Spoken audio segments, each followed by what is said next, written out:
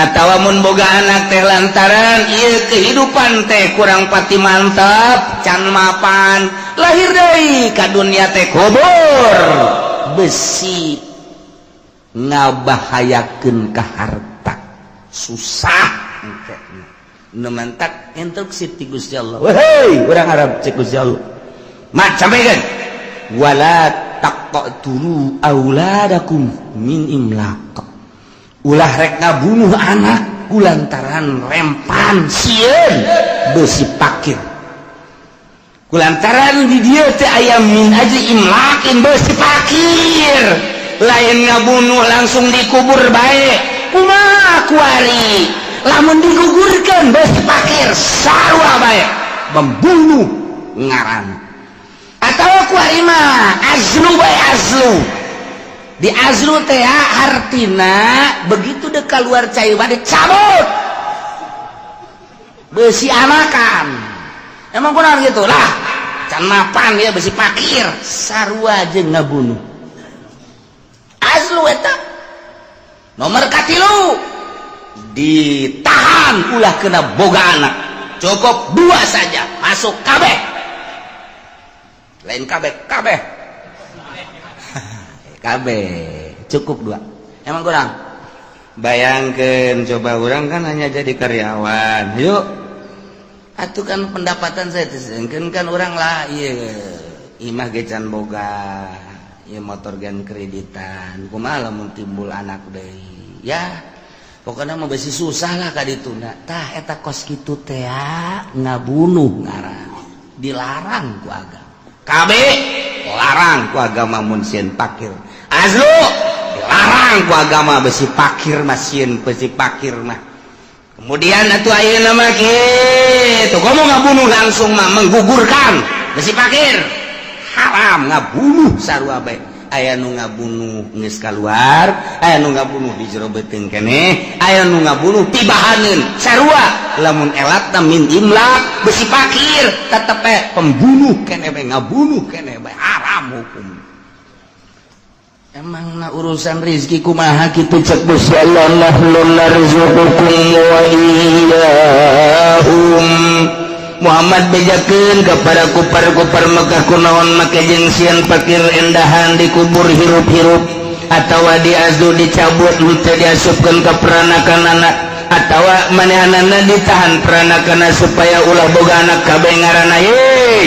nahnu narzuqukum kaula nu agung anu ngarizkian aranjeun kabeh wa iyahum jeung anak emang maneh kitu nu ngarizkian kaula nu ngarizkian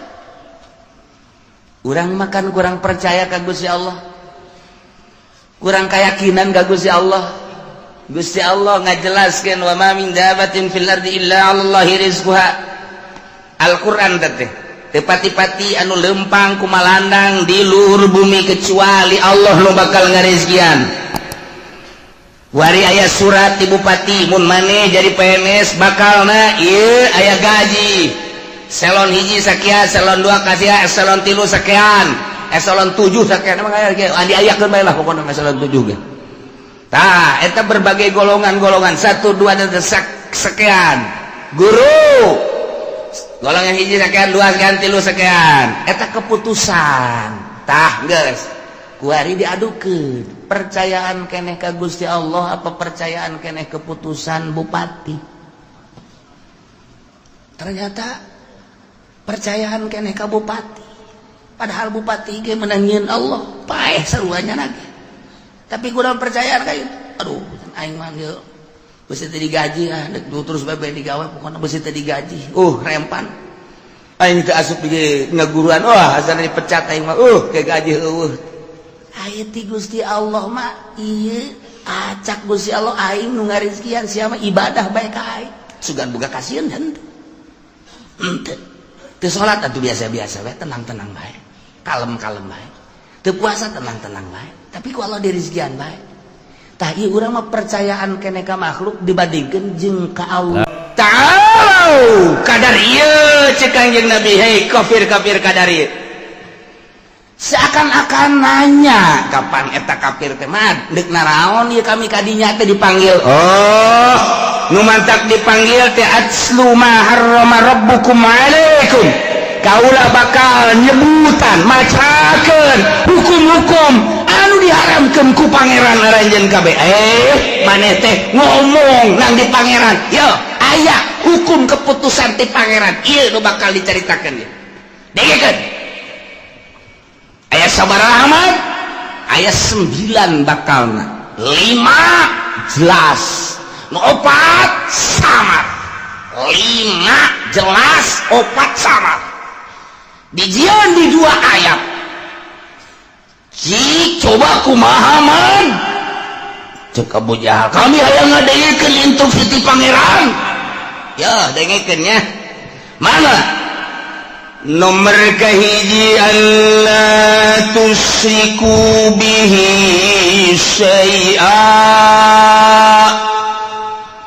Allah ngainstruksikeun ka aranjeun kabeh dengekeun ku cili maraneh kabeh nu 5 perkara nu jelas teh. Nomor kahiji ulah sok ngamusikeun ka Gusti Allah saeutik ge ulah aya syirik. Oh, sugan teh naon mah sia menyinggung aing teman-teman. Ulah aya ngamusyrik-musyrik. Kok bisa kos kitu sih man kunaon eta cek pangeran? Ieu cek pangeran neuk pangeran mah ka Allah bae, ulah sok make Uza, Manat, Lata. Kan ka pangeran mah teu kadeuleu cek yana. Gaib pangeran mah. Kami ge percaya aya pangeran teh. Ngan atukan urang kulantaran gaib hese geus bae make nu aya heula nu kadeuleu. Ieu teh pangeran tuturunan kapan? Ti karuhun urang kadeuleu atuh tinggal disuguh bae. Justru etalah instruksi ti Gusti Allah nomor kahiji alla tusyriku bihi syai'a, ulah musyrik. Nomor kedua wa bil walidaini ihsana, ai ahsinu bil walidaini ihsana. Nikmat nu panggedena iman ka Gusti Allah, iman ka Kangjeng Rasulullah Muhammad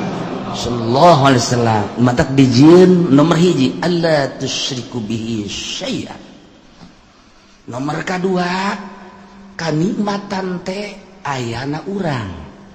diayakeunna urang hakikatna ku Gusti Allah, tetapi melalui hikmah sabab meunang indung bapa urang. Bayangkeun ku otak urang coba cek Kanjeng Nabi. Urang ti eueuh aya menang hikmah bapak urang totoker tengah peuting nandean indung paparahuannya beres ti kelebu. Sorry sia nu mana nu ti kelebu. Tah beres ngandung. Apan eta mah mawa maneh 8 bulan galibna. Bayangkeun ku eta. Naek kana puyeng, naek kana ceuli tarorek, naek kana irung, naek kana bibir teu ngeunah dahar, teu ngeunah nginum. Nu mantak nyana raba-raba mana nu ngeunah cak nyana, neuleuh buah ngora cak nyana pasti ngeunah. Neuleuh cau ngora pasti cak nyana ngeunah. Neuleuh jambu ngora pasti ceknya nangeunah, neuleuh tai ngora pasti ngeunah. Masa nu ngora-ngora lah. Eta kan diicip-icip. Kunaon eta? Aya manehan kan di jero. Terus 3 bulan 4 bulan rada deres mulai rada ngeunah deui dahar. Deka mamada ge make diperhitungkeun moalah lantaran ieu keur hamil, ieu keur ngandung. Pan eta di jero beuteung keneh geus deudeuh indung. Di kondangan dia itu ulah lah cak bapana. Emang kunaon gitu ulah iba jadi deket ya ulah deket ge. Emang kunaon gitu besi kumaha meureun di jero anak lain. Emang kumaha teu bagus kadeuleuna. Kunaon gitu lantaran di deuleu dihareup sakumaha jelema anu melendam deuleu di tukang geus bagusna. Nu jelas apa lain kitu. Nu jelas lain kitu deudeuh ka anak. Besi kaganggu. Dek nginum ieu ulah lantaran besi mabok di jero, dek ngadahar ieu ulah besi mabok di jero. ndek sare ndek naon ge masih diperhitungkeun di jero beuteung kene geus diperhitungkeun ku indungna. Masyaallah mulai ku ari ge 9 bulan geus siap-siap dek ngalahirkeun antara dua pae hirup jihad jana ya Allah ya Rabbi embung disesar lantaran aya lawang nu khusus nu mantak embung disesar lainna naon mahal 12 juta. Sedangkan iya kan kemampuan ngan seukur 1 juta 2 juta dipaksa ku dokter kudu disesar bae. Zolim dokter nu mesti ulah disesar mah haram disesar sebab nyesar mah ngarusak. Alamun geus mesti terakhir kakara tuh masalah lawangna teu bisa teu mampu ngaluarkeun lantaran ieu adalah melebihi kapasitas sebab waktu asup nama leutik kulaun keluar jadi gede. Nah iya melebihi kapasitas tapi kakawasan Allah ya keluar bae keluar bae nu asup mimiti leutik keluar gede masalah masalah tapi kok jadi pikiran ulah urusan kakawasan Allah tambah warinya ngabeten ngahejeun borosot alhamdulillah anak aya langsung kunyana dipandian kumaha dukun dan semadi susuan teu meunang aya nyamuk teu meunang aya naon digebegan kunyana kaganggu sare indung teh pikir ku otak coba aduh langsung nyusu menang sababaraha peuting mah 2 nu nyusuna seuris ya mah heran aing mah nu hiji orok nu kumisan tah mah Pak eta masyaallah nu pamalingan si euneun teh ya cek pamalingan budak eta mah nu nyusu kumisan orok na bae kumisan komo bapana budak bayangkeun indung masyaallah terus beki gede beki dedeh beki nyaah beki gede kuari terus bae diisangan dipandian waduh eta indung ya Allah ya Rabb bapakna neangan ka pabrik neangan ka pasar jang meuli susu jang meuli ambet jang meuli naon indungna ngurusan di imah bayangkeun indung bapak emang kumaha gitu ya Allah ya Rabbi. Nah kuari geus mulai leng-oleng kokorondangan dan lain sebagainya tetep deh mana sing hade budak beusi kahau sing hade eta kan ku deudeuh-deudeuh anak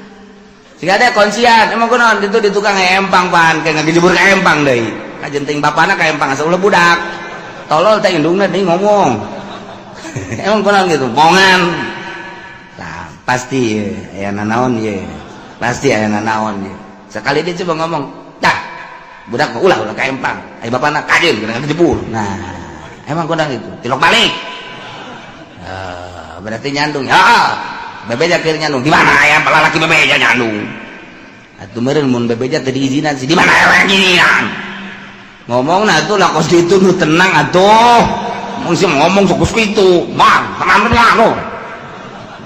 budak hese ngomong jeung nyandung mah teu kaharti kitu ku urang beneran aduh lamun hayang nyaho jati diri urang nyandung coba ge hayang nyaho jati diri urang nu asli nyandung beres nyandung mulai guys tuh dulu setan datang nyaho aslina urang setan berarti padahal eta kiai tetep ku pamajikan di setan-setan tuh setan datang tuh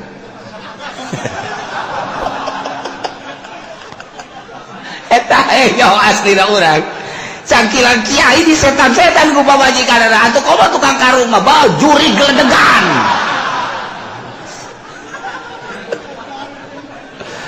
aduh geus teu kuat pokona jandung geus di setan-setan di juri-juri urang asli na urang kanyahoan ku ari oh berarti aing setan tah maleureun ngomong mah maleureun 3 bacem hiji jeung nu dicandung moal aya anggeus-anggeusna ti isuk datang ka sore datang ka isuk ge moal putus nomor kadua nu susah nyana nyaritakeun ka susah moal anggeus-anggeus nomor katilu nu gede hutang moal anggeus-anggeus moal aya anggeus paeh bae eta geus Nah hiji alla tusyriku bi syai'a. Nomor kedua bayangkeun lantaran indung ti mimiti ngandung ngalahirkeun ngurus nyusuan dan lain sebagainya datang ka onggong-onggong dan lain sebagainya tetap deudeuh na ka anak bae deuk ka mamana ge moal anak deuk ka mamana ge kela besi anak aro anak we ya anak maka instruksi ti Gusti Allah wa bil walidaini ihsan sing boga gawe hade anjeun teh ka indung bapa ihsan kalawan hade nu nyaat ulah nyentak ka indung mah ulah marah ka indung bapa lantaran nyana nu jadi sebab ayana urang ngemantak ridallah fi ridal walidain ridho Allah terletak pada ridho indung bapa ridho Allah ridho indung bapa ridho Allah moal ridho ridallah fi ridal walidain masya Allah. Dua nomor ketilu wala taqtulu auladakum min imlaq kalakuan nomor kahiji baheula ku parmekah teh musyrik nu mantak cek Gusti Allah alla tusyriku bihi syai'a. Nomor kedua ka indung bapa teh sogol urang Arab mah nu mantak diinstruksikeun ku Gusti Allah wa bil walidaini ihsana. Nomor katilu kalakuan urang Arab teh mun boga anak awewe teh asahina sangkilang kukumaha ge tetep bae kunyana dibungkus sirup-irup dikubur. Atawa mun boga anak teh lantaran ieu kehidupan teh kurang pati mantap can mapan lahir deui ka dunia teh kubur besi ngabahayakeun ka harta susah nu mantak instruksi ti Gusti Allah wahai urang Arab cek Gusti Allah mat sampaikeun wala taqtulu auladakum min imlaq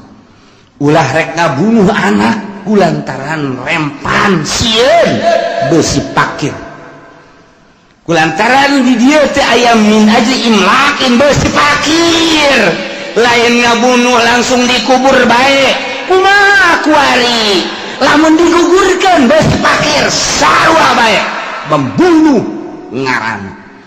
atawa kuari mah azlu bae azlu di azlu teh artina begitu dek keluar cai bade cabut besi anakan emang kurang gitu lah can mapan ya besi pakir sarua jeung ngabunuh azlu eta. Nomor katilu ditahan ulah kena boga anak cukup 2 saja masuk kabeh lain kabeh cukup 2 emang kurang bayangkan coba orang kan hanya jadi karyawan yuk atuh kan pendapatan saya kan orang lah iya imah gecan boga ya motor gan kreditan kumaha lamun timbul anak deui ya pokoknya mah besi susah lah ka dituna tah eta kos kitu teh ngabunuh ngaran dilarang ku agama kabeh larang ku agama mun sieun pakir azlu dilarang ku agama besi pakir mah sieun besi pakir mah kemudian atuh ayeuna mah kitu komo ngabunuh langsung mah menggugurkan besi pakir haram ngabunuh sarua bae aya nu ngabunuh geus kaluar aya nu ngabunuh di jero beuteung keneh aya nu ngabunuh tibahaneun sarua lamun elatna min imlak besi pakir tetep pembunuh keneh bae ngabunuh keneh bae haram hukum. Emang na urusan rezeki kumaha kitu cek Gusti Allah nahnu narzuqukum wa iyyahum Muhammad bejakeun kepada kupar-kupar Mekah kunaon make jeung sieun pakir endahan dikubur hirup-hirup atawa diazdu dicabut teu diasupkeun ka peranakanana atawa manehanana ditahan peranakana supaya ulah boga anak kabeh ngaranna ye nahnu narzuqukum kaula nu agung anu ngarizkian aranjeun kabeh wa iyahum jeung anak emang maneh kitu nu ngarizkian kaula nu ngarizkian urang makan kurang percaya ka Gusti Allah kurang keyakinan ka Gusti Allah Gusti Allah ngajelaskeun wa ma min dabatin fil ardi illa 'alallahi rizquha.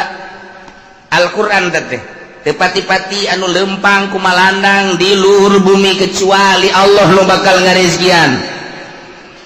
Wari aya surat ti bupati mun maneh jadi PNS bakalna ieu aya gaji. Eselon hiji sakian, eselon 2 kasia, eselon 3 sakian, eselon 7 sakian. Emang aya kieu andi ayakeun bae lah pokona eselon 7 ge. Tah, eta berbagai golongan-golongan 1 2 dan sekian. Guru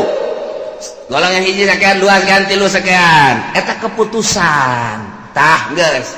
Kuari diadukeun. Percayaan keneh ka Gusti Allah apa percayaan keneh keputusan bupati? Ternyata percayaan keneh ka bupati. Padahal bupati ge menangieun Allah, paeh saruanya lagi. Tapi kurang percayaan kayak aduh aing mah ieu beusi teh digaji dek terus bae digawe pokona beusi teh digaji rempan aing teh asup di ngaguruan asana dipecat aing mah ke gaji eueuh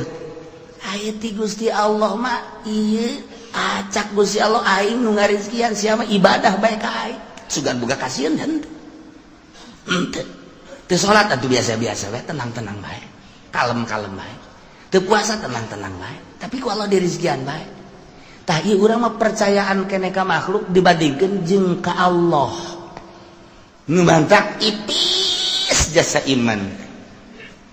entek terus aya pendidikan tasawuf maksudna supaya keyakinan ka Allah na mantep dididiklah supaya bergeser keyakinan teh ka Allah setik supaya pol ka Gusti Allah kena boga pol ka Gusti ini berbagai bab ieu keur bab rezeki bae polkeun ka Gusti Allah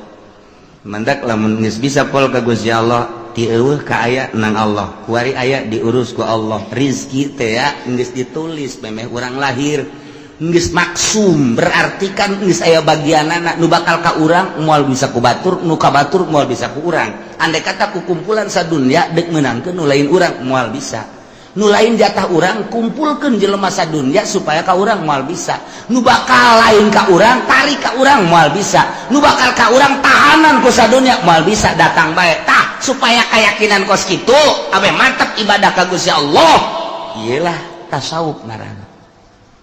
mulai urang boga keyakinan ka Gusti Allah geus aing mah dagang moal tani moal deuk ka Allah bae ayat teu masalah ai sesuai mah jeung kelas teu masalah ngan ai teu sesuai jeung kelas ulah cek majikanana ka pan teu ka warung lah ka Allah bae pasrah ngojek atuh ka ngojek ge sarua teu kurang pasrah ka Allah pasrah we ka Allah capoe dua poe ka ieu urang teu dahar geus kumaha Allah bae kieu bae tuh ka ai geus kos kieu urusanana kakak-kakak tuh ka Allah kula mah deuk balik itu ulah balik bang manggoda aing butuh pangkasia tuh aing dibutuhkeun cek nyana ai di paraban teu eta ai paraban urusan Allah ai butuh urusan aing puyeng cek nyana ieu kakak eta kudu ngaji deuk nasawuf deuk norekat kudu ngaji lamun teu ngaji cilaka cilah aya pendidikan khusus supaya mantep keyakinan urang mun nyaritakeun keyakinan loba macam-macam ieu mah carita nu luhur Abu Yazid al-Bistami lepas kutubul aulia ngan memehna nyana zuhud geus jadi raja zuhud kapanggihlah jeung Ma'rufil Qurhi Assalamualaikum salam maneh datang ke mana kazuhudan maneh cek Ma'rufil Qurhi cek Abu Yazid kieu kula mah zuhud teh coba tanpa ayat terbersit di hati ngahayang-hayang boh usaha boh tani terhadap dunia bagus aya bae di dahar eueuh bae sobar eta kitu kula mah sakitu cek marupil kurgi anjing ku lagi kos kitu ambo cak Abu Yazid anjing kos kitu di negara kula mah aya bae di dahar eueuh bae nya sabar paling ngelel tah anjing kos kitu berarti maneh mah zuhud ka karena ke kos anjing ya Allah atuh kudu kumaha kieu nu hebat ulah hayang kana dunya di mana aya bikin kebatur di mana eueuh sabar atuh pae cekeun ada ya berarti can kuat maneh tah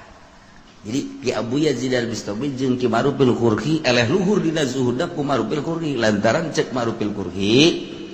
aya zuhud nu asli mah kos itu aya urang sakadar icip-icip bae sesana bikin ulah datang ka diendekeun di iman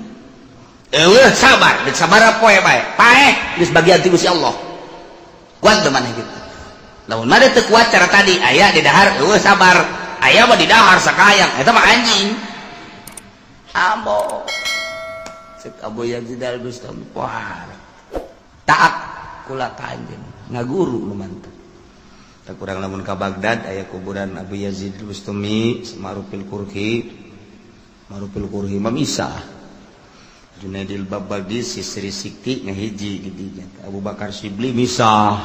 ka Baghdad jadi kabayang kuburan-kuburan kutubul aulia Masya Allah aya deui jelema ibadah ka Gusti Allah lepas tina segala dunia sapoe di gunung mah 2 poe 3 poe geus mulai rada kaluar kesang tis 4 poe geus leuleus kana geus kicep 5 poe geus rada ngalungsar ngadoa Gusti pancena jak Gusti mun yakin bakal dirizkian pancan aya nu mawakeun keneh bae cak Gusti Allah ta eta siapa ibadah zuhud yang anu mawakeun tolol ulah piceun eta piceun teu geus hayang nu mawakeun mulai ka 7 poe geus leuleus jasa ngadoa deui Gusti abdi mah teu hayang dibawakeun ku malu kaengge dibere langsung bae ku Gusti cek ya mun sangu-sangu mun roti-roti langsung di Gusti ulah make makhluk mah enggak saya ngadoa kadalapan teh can aya keneh kan telat amat cek kaburu pae hasan aya Gusti ka 9 poe ngadoa bari ngedeng Gusti iya ka makhluk mah dengan ka Gusti mah pandap nyantel terus ieu mah geus teu daya teu upaya ieu mah abdi mah ieu asana sapoe ieu ku Gusti teu dikiriman abdi mah paeh tapi kumaha Gusti bae endahan kieu ilhamna ti Gusti tek rizki maneh poe ieu aya ngan maneh kudu ka kota leupangna geus teu kuat deuleu ku maneh luhur di deuleu tuh geus dibukakeun kasak berarti di deuleu di Lauhil Mahfuz bener rizkina aya di kota bakal nu mere ngan nyana kudu ka kota lain ti kamari ada aya keneh tanah enggak cek itu kuatnya saya kulantaran tulisanana di kota ya nyana ngorandang ka kota ngorandang ka kota datang oge ka kota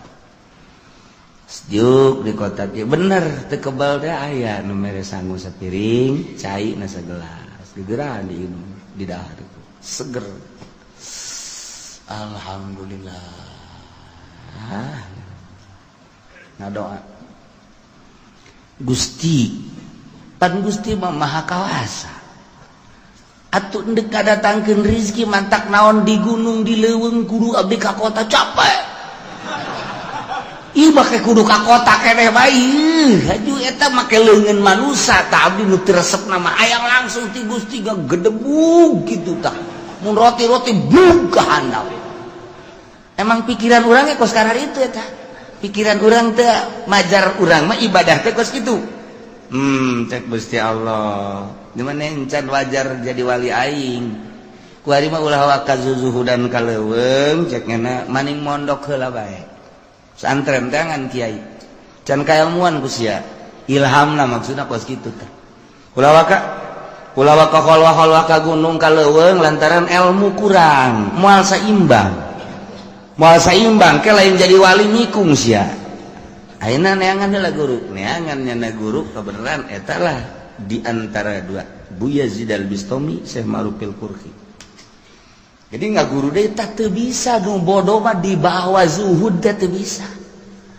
Nu bodoh mah pan ari anu pinter mah rezeki mah geus dibagi ieu kekilitrikan mah kekilitrikan bae tetep jatuh ai lain encan wayah mah tetep bae teu bisa. Boro-boro jauh nu geus di bibir ge ai lain bagian urang mah kapan ku kotok jago dipacok sok. Tinggal urang mah naleungkeun ye sia geus di bibir aing dah kan. Urang keur ngadahar jagong aya kotok jalak. Eta mah percis teh mah kos calo duit mentaan ku babaturan set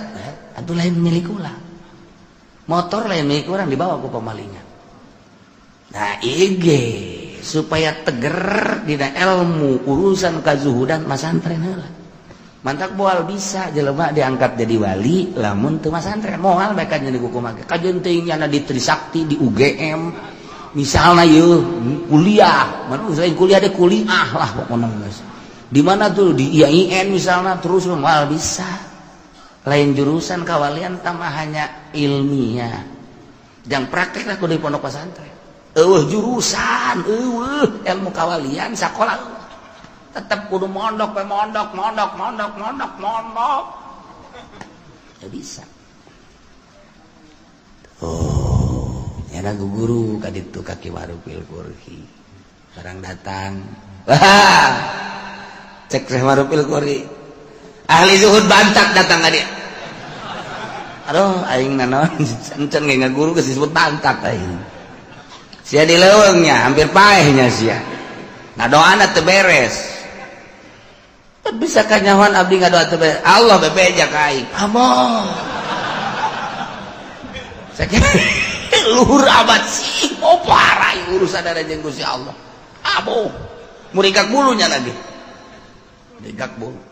tapi tetap can percaya cakena mainnya Allah ngobrol jeung nyana orang lah menyeritakan kawalian teh kos gitu jadi kadang-kadang hayang seuri kadang-kadang oh ya eta pendidikan apa gitu can percaya coba aing deuk mempercayakeun aku supaya aing yakin ternyata di luar gegerentesan beta kos gitu tah. Oh, cek sama dogeun teu percaya ka aing. Murid. Berangkat. Ayo. Deuk ka mana? Ngayakinkeun, sia teu yakin ka aing kan? Makanya mohon. Wah, buki sieun bae. Ayo. Deuk ka mana? Ayo tuturkeun. Sok loba omong ulah mata tanya. Ayo aing boga babaturan. Datang ka ieu mah babaturan. Wow, sono. Biasa adu tangkep lah. Atuh. Kadatangan ku Ki Ma'rufil Qurhi poharga sa. Calik. Terus dibagiakeun cai, kopi dan lain sebagainya. Ke ulah ka mana? Dahar. Akhirnya bener sate. Daharlah ti luar nu boga imah Syekh Ma'rufil Qurhi jeung murid anyar zuhud bantat teh dah cek Syekh Ma'rufil Qurhi dah ka muridna kan lamun can aya izin ti guru moal dahar begitu Syekh Ma'rufil Qurhi ngadahar sate hiji ngahanem lagi didelegeun ku duaan di daharnya ngan hiji doang dikuyah-kunyah ku Syekh Ma'rufil Qurhi endah dikaro aku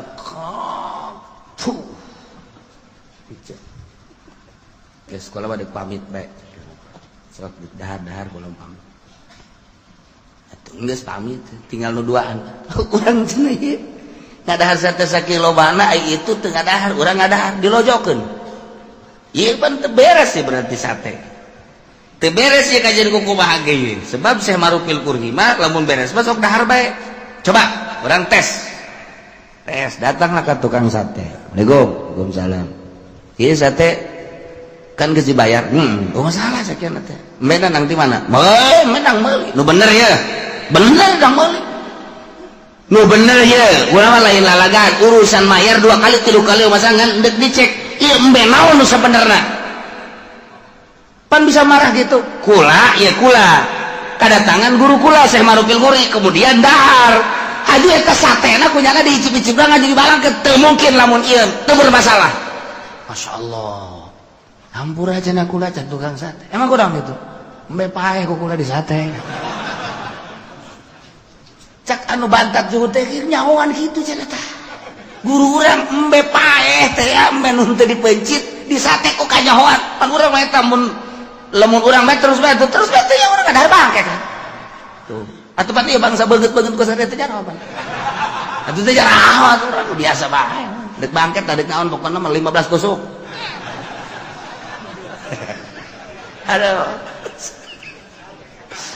aduh atuh mamang teh kunaon kitu ka tukang sate teh hampura geus pokona mah jadi kulah yang gede untung aya embe paeh anyar kanyahoan lah geus bisa teh bae guguran datang ke Syekh Marupil waalaikumsalam dek nyaritakeun bepehnya pan geus cahudi bae tah cak muridna teh cak muridna mama geus kula yakin ka mama yakin jasa geus kula bakal ngaguru jasa dek ngaguru lantaran geus yakin jasa ngan ieu bae eta nu ngabejaan sa Allah maksudna nu ngabejaan Allah teh kumaha aya atuh mah aing mah ngobrol terus ya Allah yang cerai kos itulah kutubul aulia lu bantang geus hese jaritakeun ada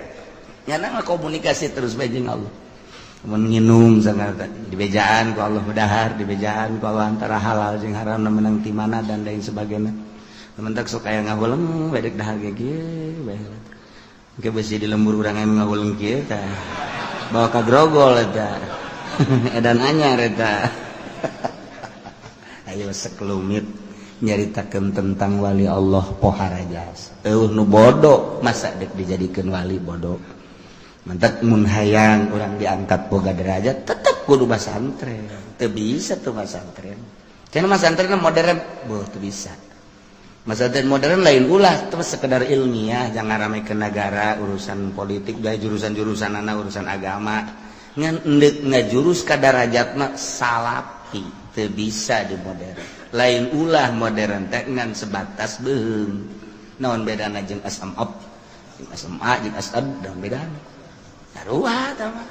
ngan beda ngaran dong sanawiyah eta doang beda da sakit sarua jang derajat lah tetep we ngantren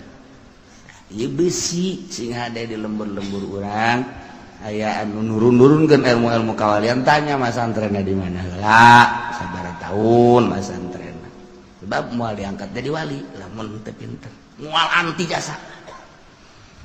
hiji alla tusyriku bihi syai'a dua wa bil walidaini ihsana tilu wala taqtulu auladakum min imlaq yakinkan nahnu narzuqukum wa iyyakum opat wala taqrabul fawahisha ulah sok gadeukeutan bangsa fawahis kabair zina deukeut bae ulah komo zina nginayahan kana cacak-cacak deukeut ulah teu komo zinahna kitu keneh pemabokan kitu keneh perjudian mazhar minha wa ma baton tegasna nu lahir nu ebreh wa ma baton jeung nu samar ari karena Allah mah pasti bae sih pan aya nu kieu ye jelema teh aya nu kieu aya anu wani nonton orkes teater lamun eueuh sasaha lamun aya sasaha mampu aya nu kos kitu aya nu wani aya saha eueuh saha wani bae waduh eta mah geus mempersiapkeun diri ka neraka tah jelas ieu mah di deuleuh lah nya kae anu eueuh teh we aya anu eueuh teh oh aya moal emang bener loba nu wau ih lamun aing nadi ditu mah di Pandeglang wau aing daek nonton orkes aya di dieu mah mumpung pan aing di ustad-ustad ku batu ih iya usah aing teh kiai mah aku nonton orkes tapi lamun di Pandeglang aing nyumbang lagu guys pokokna mah ya Allah tak eta teh kos kitu neraka keneh sebab nyana berarti ninggalkeun maksiatna lain lillah karena manusia tuh gitu kan nonton TV teh di loba jelema embung mungus kieu bae haram giliran di kamar kieu bae seorang tendang sorangan bae di kamar blontak kiai tolol jadi aing mah zoharo mah bener bisa dijaga wa ma batonna nu henteu gitu di dulu loba jelema mah mun ka HP ge haram ya haram eueuh jelema bae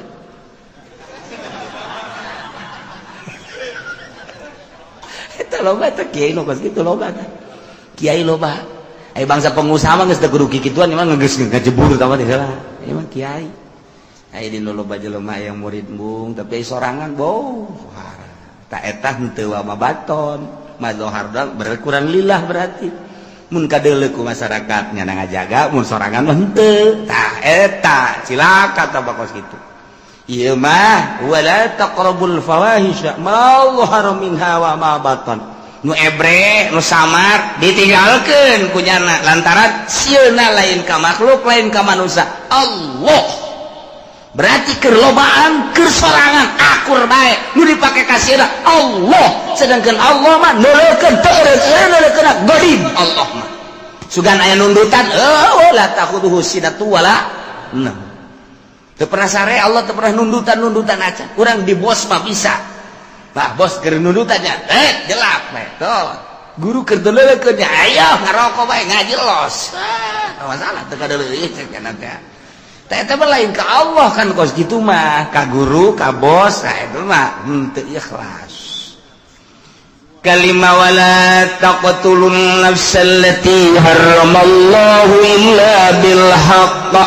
ulah rek ngabunuh maneh kawa-kawakan sebab baheula di Arab mah teu meunang salah saeutik cekel bunuh kumaha kahayangnya namae ngaganggu ka nyana bolo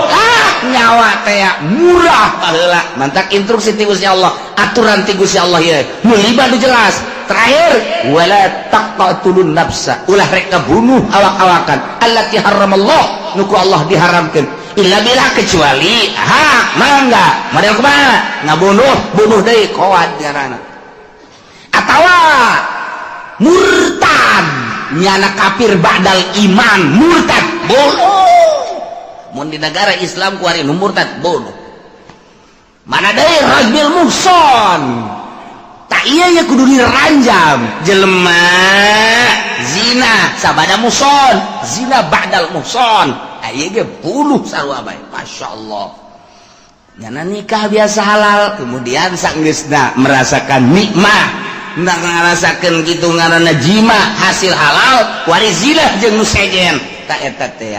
wajib dirajam paehan eta mah hak masalah teh manu kos kitu nya na'inu limadzalikum wassaqum bihi la'allakum taqilun zalikum tayyinu lima tadi nu geus dicaritakeun wassaqum eta Allah marentah ka aranjeun kabeh la'allakum taqilun supaya aranjeun kabeh berpikir awas nu lima ieu alla tusyriku bihi syai'a nomor kedua wabil walidaini ihsana nomor katilu wala taqtulu auladakum min imlaq nomor kaopat wala taqrabul fawahisha ma dhahara minha wa ma batan nomor kalima wala taqtulun nafsal lati haramallahu illa bil haqq nah ieulah nu kudu diperhatikeun bener-bener lantaran ieu nu keur kumalandang di Mekah saat eta nu dilaksanakeun ku kaum-kaum kufar la'allakum taqilun coba berpikir nu lima jelas nu opat ieu mah nu make perjalanan khofi mana wala taqrabu malal yatim wallahu a'lam